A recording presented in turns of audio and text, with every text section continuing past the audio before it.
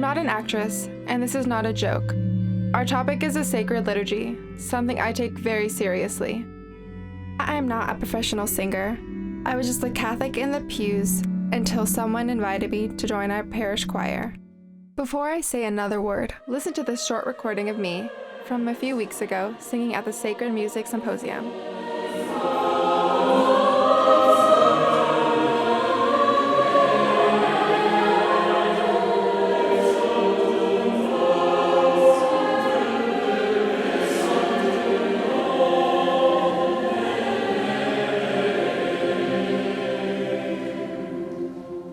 What is the Sacred Music Symposium? Obviously, I could repeat information to you, which you could easily obtain from the internet on your own. But I will take a different approach, and I invite you to listen carefully as I speak my piece. First of all, the symposium organizers could have aimed their conference at professional singers. They could have rented fancy cameras to record the masses, uploading beautiful videos to the internet in an effort to dazzle a bunch of strangers on Facebook. And then the participants would return to their parishes, and nothing significant would change.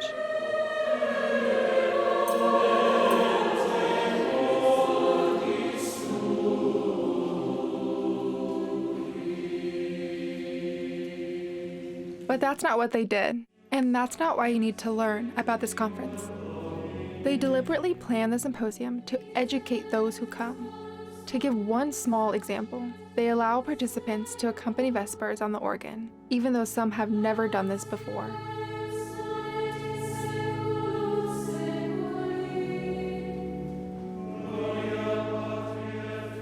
Of course, that's just one example, but most conferences would not do something like that. The symposium is all about hands-on education.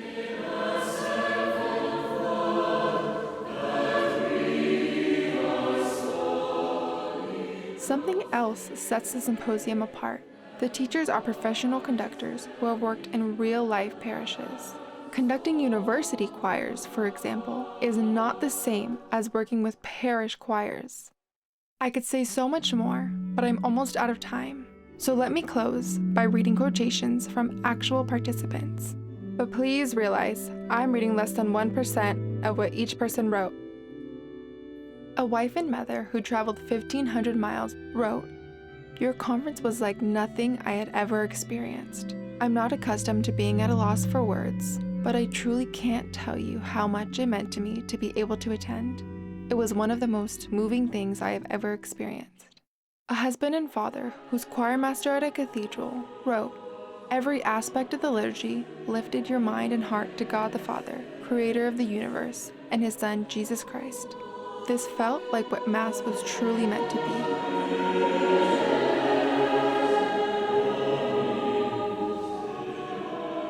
A platinum songwriter who traveled 8,700 miles wrote, "These are the musical treasures that everyone needs to know about. These are the beautifully crafted musical masterpieces that are so fitting for the worship of God in our churches."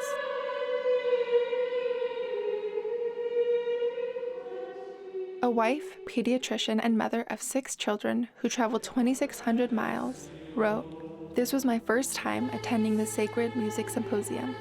It exceeded all of my expectations."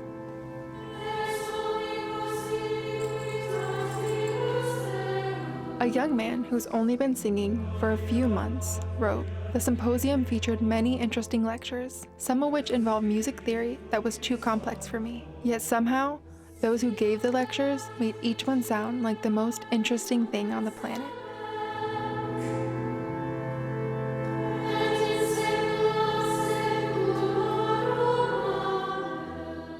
A young lady studying composition at a major university wrote, "The week of the Sacred Music Symposium was one of the most enjoyable, intense, and spiritually fulfilling experiences of my life."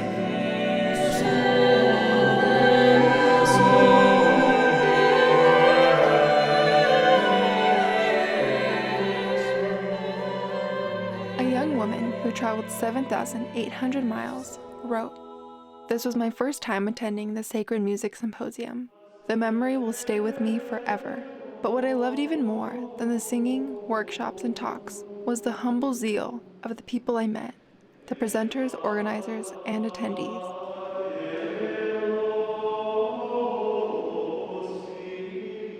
young mother from Texas wrote, "Your faculty may never know the depth of how you affected each person there."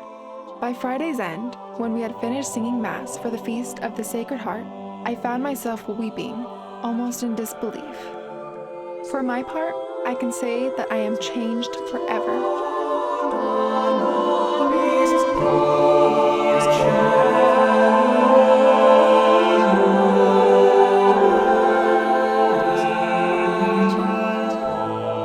A young man from California wrote, "My father had passed away the previous week, and the symposium brought me closer to God at a time when I needed it the most.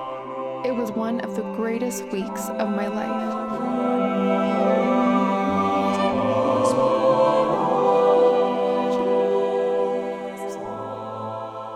In 1862, Cardinal Newman reminded us that those who cast aside the pleasures of this world for the sake of Christ have no regrets. Poor is our sacrifice, whose eyes are lighted from above. We offer what we cannot keep, what we have ceased to love.